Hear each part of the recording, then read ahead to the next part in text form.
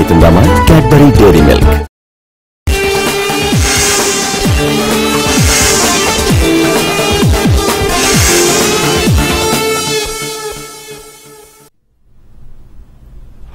Good morning. Celkon mobile సమర్పిస్తున్న business breakfast షోకి స్వాగతం. ఏషియన్ మార్కెట్స్లో మిక్స్డ్ ట్రెండ్ కనిపిస్తుంది. జపనీస్ ఇండెక్స్ స్ట్రాంగ్గా ట్రేడ్ అవుతుంది 144 పాయింట్ల లాభంతో. అలాగే ఇతర majority of the Asian indices లాభాల్లో ట్రేడ్ అవుతున్నాయి, ఇంక్లూడింగ్ షాంఘై, కోస్పీ, ఇటువంటి ఇండిసెస్ అన్ని కూడా.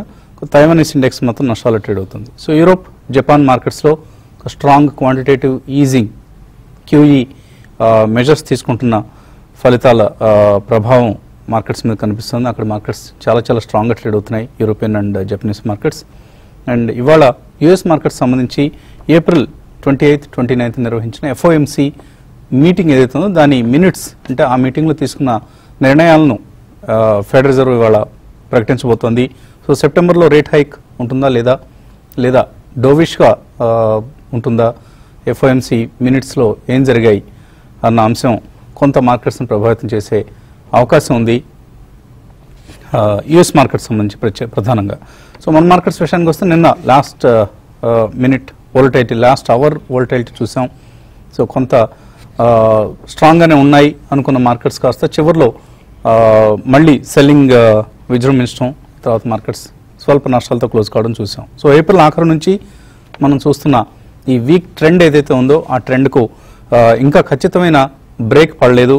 So Indian markets all time హైని టచ్ చేసేందుకు కారణమైన foreign institutional investors market makers అన్న పరిస్థితి నుంచి ప్రస్తుతం ప్రాఫిట్ బుకింగ్ దిగారు. సో వీళ్ళ లాభాల స్వీకరణ కారణంగానే మార్కెట్స్ ముందుకు సాగలేని పరిస్థితి ఏర్పడింది. అయితే retail investors, domestic institutional investors, DIIs వీళ్ళిద్దరూ కొంత మార్కెట్స్లో బయింగ్ పూనుకోవడం, అగ్రెసివ్గా ఇన్వెస్ట్ చేయడం కారణంగా మార్కెట్స్లో మళ్ళీ మనం ఏదైతే 8,000 లెవెల్స్ నుంచి చూస్తున్న 400 పాయింట్ల ర్యాలీ ఏదైతే ఉందో అది రావడం జరిగింది.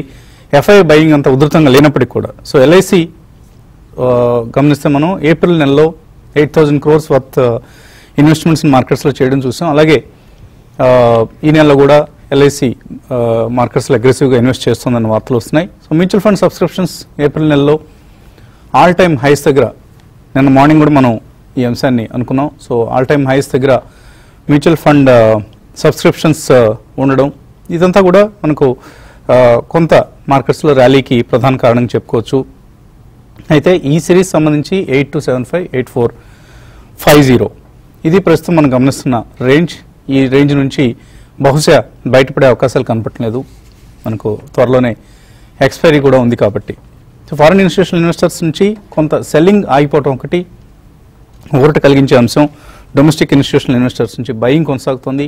అలాగే 8,000 పాయింట్స్ దగ్గర, 8,000 లెవెల్ దగ్గర నిఫ్టీకి ఒక స్ట్రాంగ్ బేస్ ఫామ్ అయింది.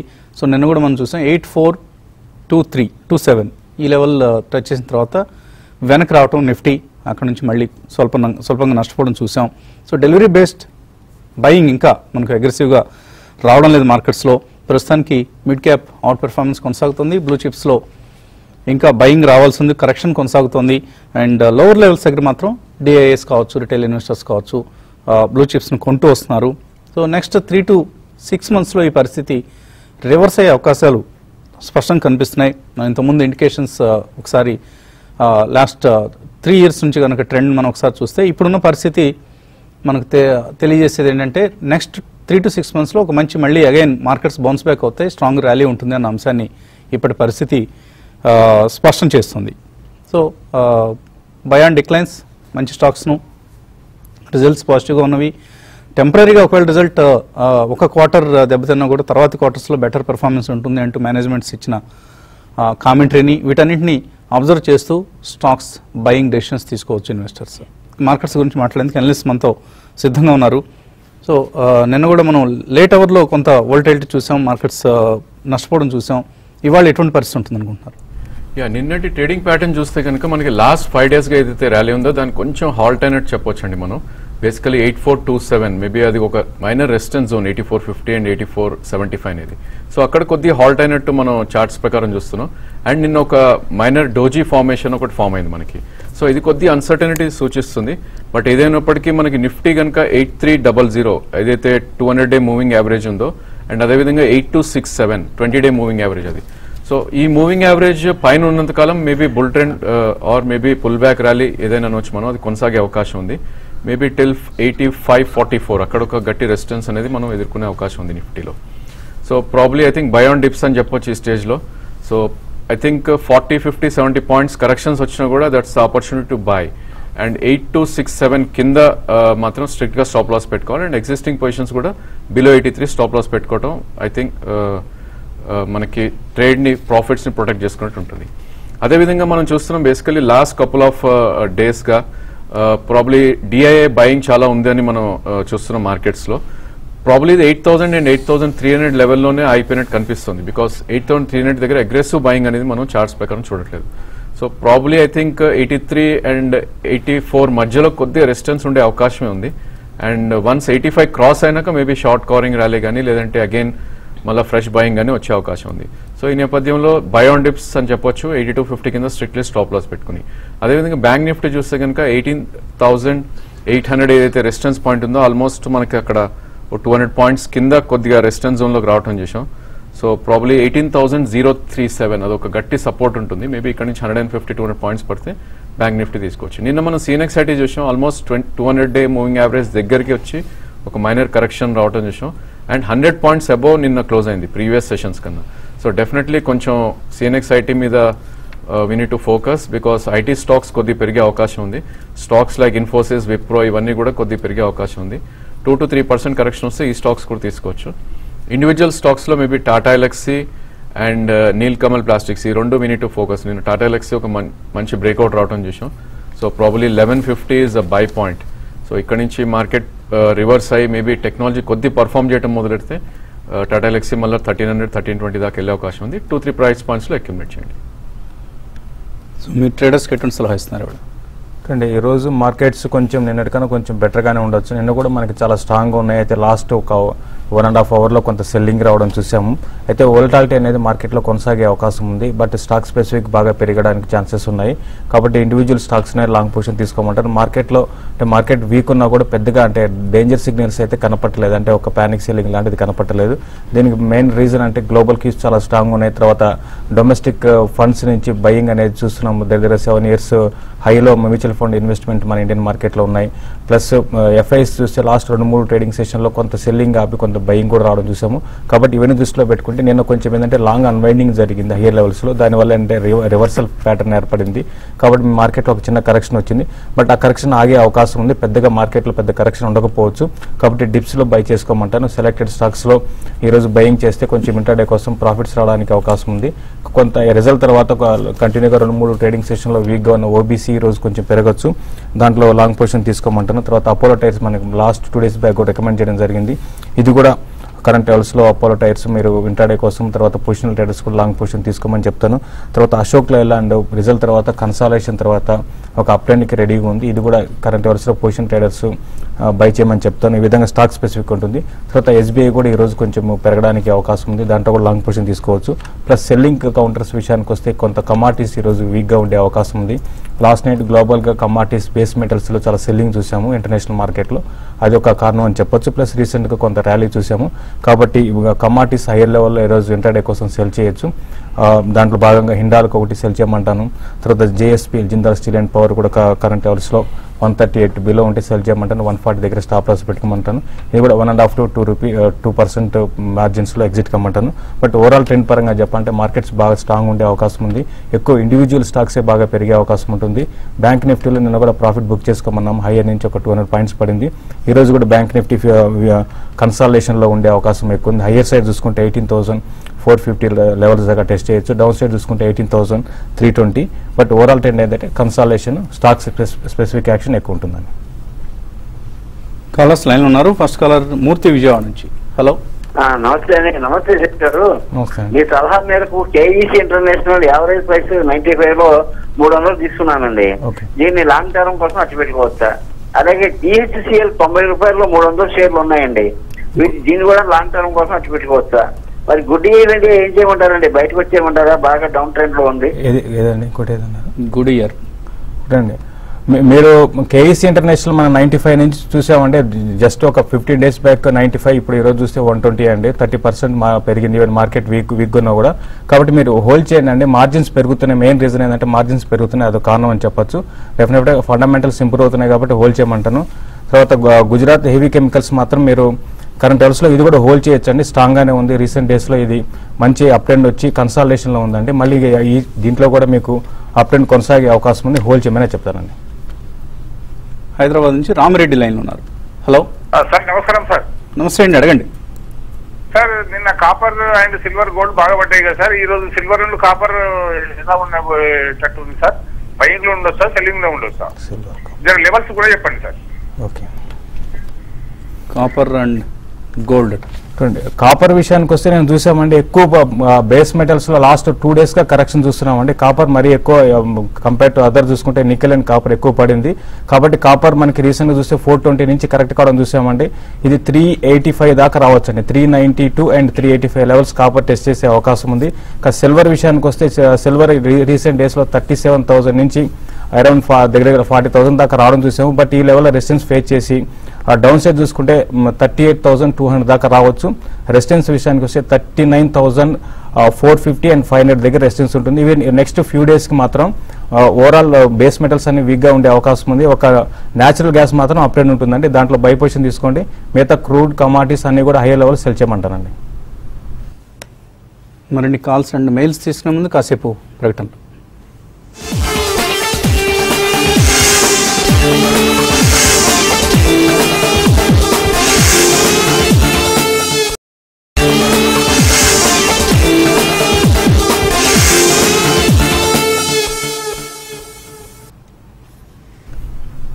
న్యూస్ బ్రేక్ఫాస్ట్ షోకి తిరిగి స్వాగతం. తర్వాత కలర్ లైన్లో ఉన్నారు. హలో హలో శ్రీధర్, అడగండి సార్. నా పేరు Sridhar sir, from Tirupati sir. నేను దీవాన్ హౌసింగ్ 480లో కొన్నాను 100 shares. అది ఆ తర్వాత ఇంకా హెచ్ఎస్ఐఎల్, సోమని సిరామిక్స్, ఈ 2 షేర్లలో ఏది కొనాలా? రిజల్ట్స్ ఎలా ఉన్నాయి వీటివి లాంగ్ టర్మ్ కి? సో హెచ్ఎస్ఐఎల్, సోమని సిరామిక్స్ రెండు కంపేర్ చేస్తే హెచ్ఎస్ఐఎల్ రిజల్టే కొంత బెటర్గా ఉందండి compare to Somany ceramics last quarter వరకు. సో ప్రస్తుతానికి హెచ్ఎస్ఐఎల్ హ్యాజ్ ఎన్ ఎడ్జ్. మీరు ఆ రెండు కంపెనీల మధ్య కంపేర్ చేసుకోవాలనుకుంటే దివాన్ హౌసింగ్ పరిస్థితి. దివాన్ హౌసింగ్ కనుక చూస్తే బేసికలీ ఇది ఒక కరెక్షన్ మోడ్లో ఉందని చెప్పొచ్చు అండి. యాజ్ ఆఫ్ నో మనకి 569 నుంచి ఆల్మోస్ట్ 427 దాకా కిందకి రావడం జరిగింది. సో డెఫినెట్లీ దీనిలో 414 అండ్ 415 ఏదైతే 200-day మూవింగ్ యావరేజ్ ఉందో అక్కడ ఒక గట్టి సపోర్ట్ ఉంది. సో ఎగ్జిస్టింగ్ పొజిషన్ హోల్డ్ చేయండి.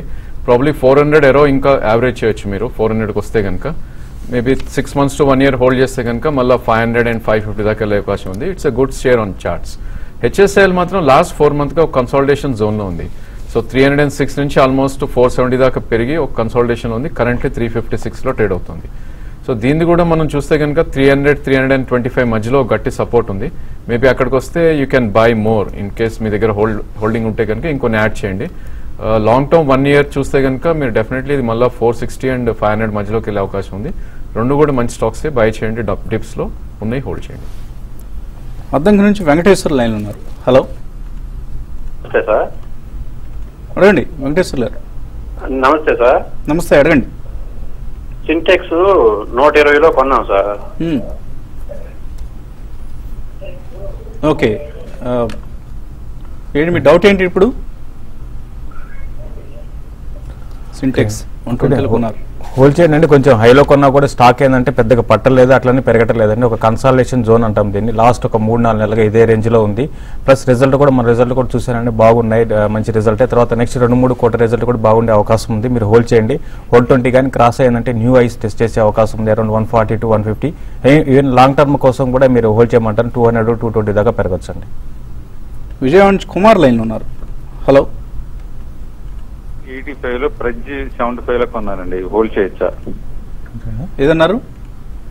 Jain Irrigation 90, Praj 75. Jain Irrigation and Praj industries.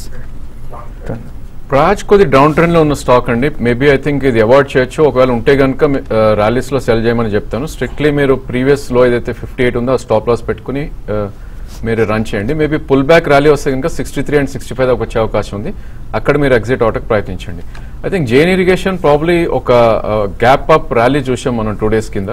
So ఇది కంటిన్యూ అయ్యే అవకాశం ఉంది. స్ట్రిక్ట్లీ ఈ స్టాక్ కూడా అండర్ పర్ఫార్మింగ్ చేసే స్టాక్ ఇది, బికాస్ ఇది 200-day మూవింగ్ యావరేజ్ కింద ట్రేడ్ అవుతుంది.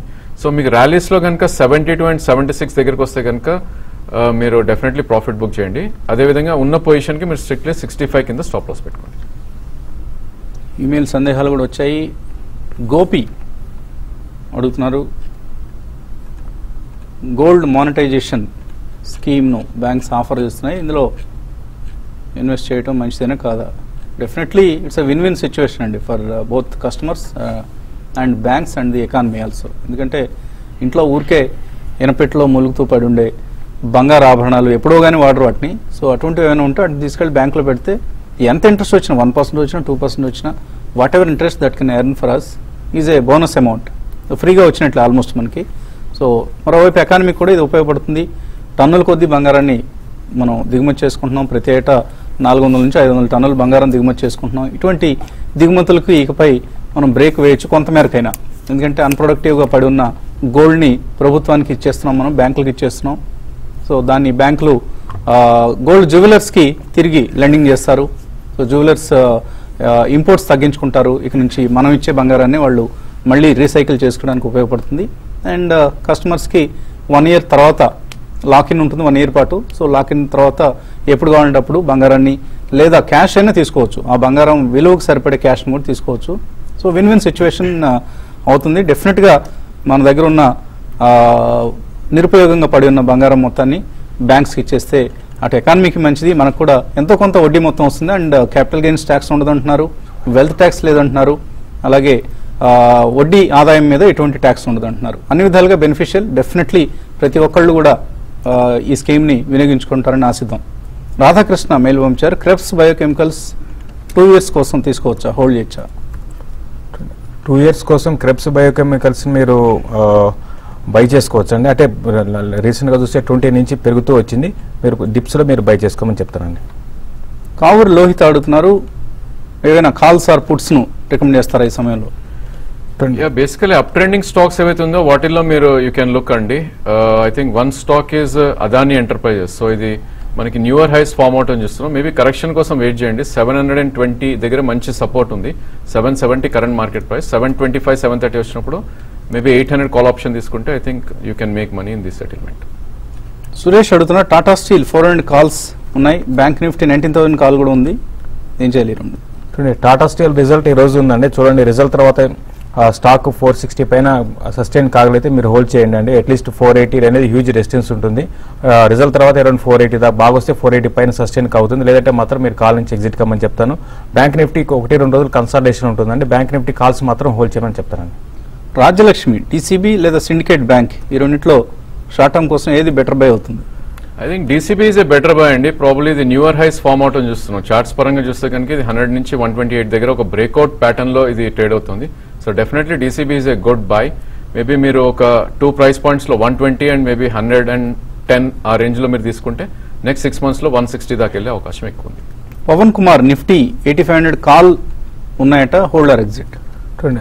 నిఫ్టీ 8500 కాల్ హోల్డ్ చేయమంటారు. అయితే నెక్స్ట్ అప్ ట్రెండ్ లో అంటే 8420 పైన సస్టైన్ కాగలిగితే నిఫ్టీ పెరగచ్చు. లేదంటే మాత్రం కన్సాలిడేషన్ ఉంటుంది. ఈ 2-3 రోజులు కన్సాలిడేషన్ ఉంటుంది, కానీ ప్రీమియం తగ్గే అవకాశం ఉంది. కాబట్టి మీరు బెటర్ ఏంటంటే ఈ రోజు కానీ 8420 పైన సస్టైన్ కాలేకపోతే ఎగ్జిట్ కమ్మని చెప్తారండి. దుర్గా ప్రవీణ్, జేబీఎం ఆటో ఏదైనా నెగిటివ్ న్యూస్ ఉందా అని అడుగుతున్నారు. రిజల్ట్ బ్యాడ్గా ఉందండి. ఎస్పెషల్లీ మార్జిన్స్లో బాగా డిక్లైన్ గమనించాం. ఇది వన్ ఆఫ్ క్వార్టర్గా భావించాలా, లేకపోతే ఈ క్వార్టర్లో కూడా ఇదే పరిస్థితి కొనసాగుతుందన్న కన్సర్న్స్ మార్కెట్స్లో ఉన్నాయి. అందుకే బాగా కొట్టారు. బట్ ఓవర్ రియాక్ట్ అయినట్లే కనిపిస్తుంది జేబీఎం ఆటోలో. ఈ లెవెల్స్ దగ్గర, లోవర్ లెవెల్స్ దగ్గర బయింగ్ అనుకూలంగా ఉంది. జే శ్రీనివాస్ అడుగుతున్నారు, డీసీబీ తీస్తున్నారట ఆయన 129లో, అలాగే కేఎస్ ఇంటర్నేషనల్ నోట్ 19లో కొన్నారు, హోల్డ్ చేయొచ్చు, ఎగ్జిట్ కావచ్చు? రెండు కూడా హోల్డ్ చేయండి. డీసీబీ 130 ఆ లెవెల్ కానీ క్రాస్ అయిందంటే 140 దాకా రావచ్చు. మనకి కేఎస్ ఇంటర్నేషనల్ న్యూ హైస్కి వెళ్ళే అవకాశం ఉంది. ఇన్వెస్ట్మెంట్కి చాలా స్ట్రాంగ్ బై అని చెప్తానండి. చంద్రయ్య, దాసరి చంద్రయ్య అడుగుతున్నారు, syndicate bank dividend cut off dates చెప్పండి. ఇప్పటికిప్పుడు చెక్ చేసి చెప్పడం కష్టం అండి. కారణం రాజేంద్రన్, ఆర్సీఎఫ్ ఉన్నాయట 38లో, హోల్డ్ చేయొచ్చా, ప్రాఫిట్ బుక్ చేసుకోవచ్చు? ఆర్సీఎఫ్ కొన్ని రోజులు హోల్డ్ చేయండి అండి. చాలా వీక్గా ఫెర్టిలైజర్లో చాలా వీక్ ఉన్న స్టాక్ అండి. కొన్ని రోజులు వెయిట్ చేయండి, సీజన్ ఉంది. నెక్స్ట్ 1.5 monthలో మీరు కొంచెం పెరగడానికి అవకాశం ఉంది, అప్పుడు ఎగ్జిట్ కమ్మని చెప్తాను. భైరవ్ అడుగుతున్నారు, క్విపుడ్ rubbers, Granules India, Marksans Pharma right టైమేనా ఇది ఎంటర్ కావడానికి 1 year కోసం? గ్రాన్యూల్స్ ఇండియా మాత్రం మీరు 1 year కోసం ఎంటర్ కావచ్చు. అయితే కరెక్షన్స్లో ఎంటర్ కమ్మని చెప్తానండి. అలాగే సునీల్ కుమార్ అడుగుతున్నారు, ధనలక్ష్మి బ్యాంక్ దీనికి సంబంధించి కోటక్ మహీంద్రా బ్యాంక్తో మెర్జ్ అవుతుంది అంటున్నారు. 1000 shares ఉన్నాయట, 50 రూపాయలు ఏం చేయాలి? I think news is already out అండి. ప్రాబ్లీ అది ఆ న్యూస్ మీదనే ఇది పెరిగినట్టు ఉంది. డౌన్ ట్రెండ్ లో ఉన్న స్టాక్ సడన్లీ 32 నుంచి ఆల్మోస్ట్ 45-50 దాకా వెళ్ళి ఒక మైనర్ కరెక్షన్ ఉంది. సో డౌన్ ట్రెండ్ లో ఉన్న stock any rallies I think you should exit the stock. It's weak bank అండి. కోటక్ బ్యాంక్ లో మెర్జ్ అవుతుందా లేదా అనేది మనకు తెలియదు. But it's weak bank, rallies లో ఎగ్జిట్ కాదగిన బ్యాంక్ షేర్ ఇది. ఇది వాటి బిజినెస్ బ్రేక్ఫాస్ట్. మధ్యాహ్నం స్మార్ట్ ఇన్వెస్ట్ లో మళ్ళీ కలుద్దాం.